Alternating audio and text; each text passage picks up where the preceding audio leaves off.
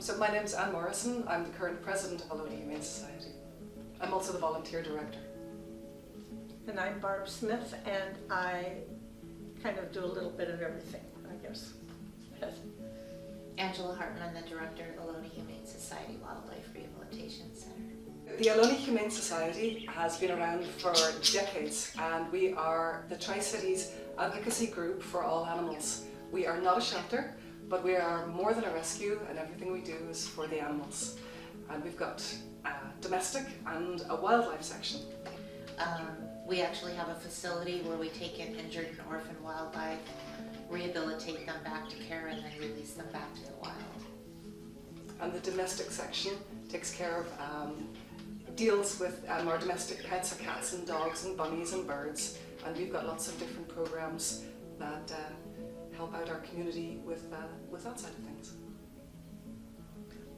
I think for me, I really liked, when I was working with the spay and neuter program, when I was the director of that, what I really liked was getting to meet the people who needed help with their animals.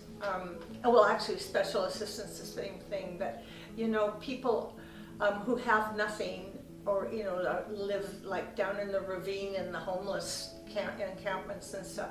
They are so appreciative of anything that you can do to help, and they love their animals as much as we love ours, you know. And I think that's the most touching thing for me. I think a lot of people think that volunteering with us is going to be petting kittens and dogs and maybe snuggling little animals.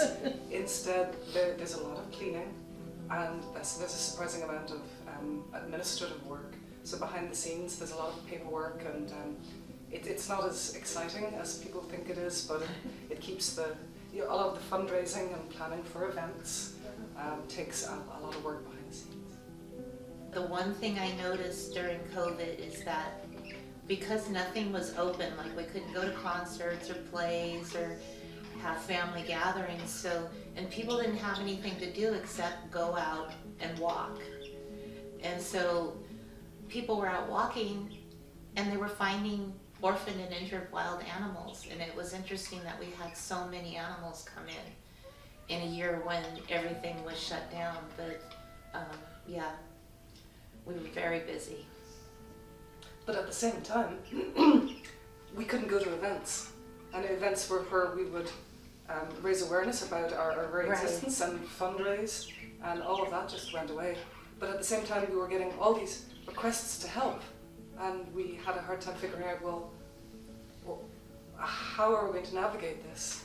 So it was very challenging. Mm-hmm.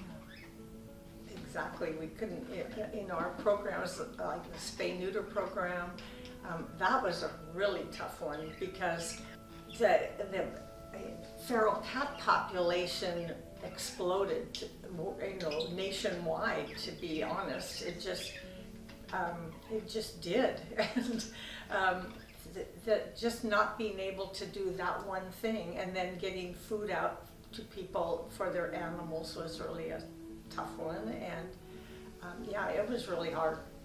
In having to sort of work around things, we learned how to do a lot. I heard one time when people were talking about how, you know, what can you do and how can you volunteer, and there's 3 things that you can do. It's time, treasure, and talent. The community that comes together to help us, we owe them everything. Especially the Boy Scouts and Girl Scouts of America. Every year they're doing projects for us. I wouldn't say we've ever really gone through hardship, because whenever we need help, we just ask our community and they're there for us. Just like they are now helping us build the new shed unit outside the facility. People came together and showed up with forklifts and cement and power tools, and they're making it happen.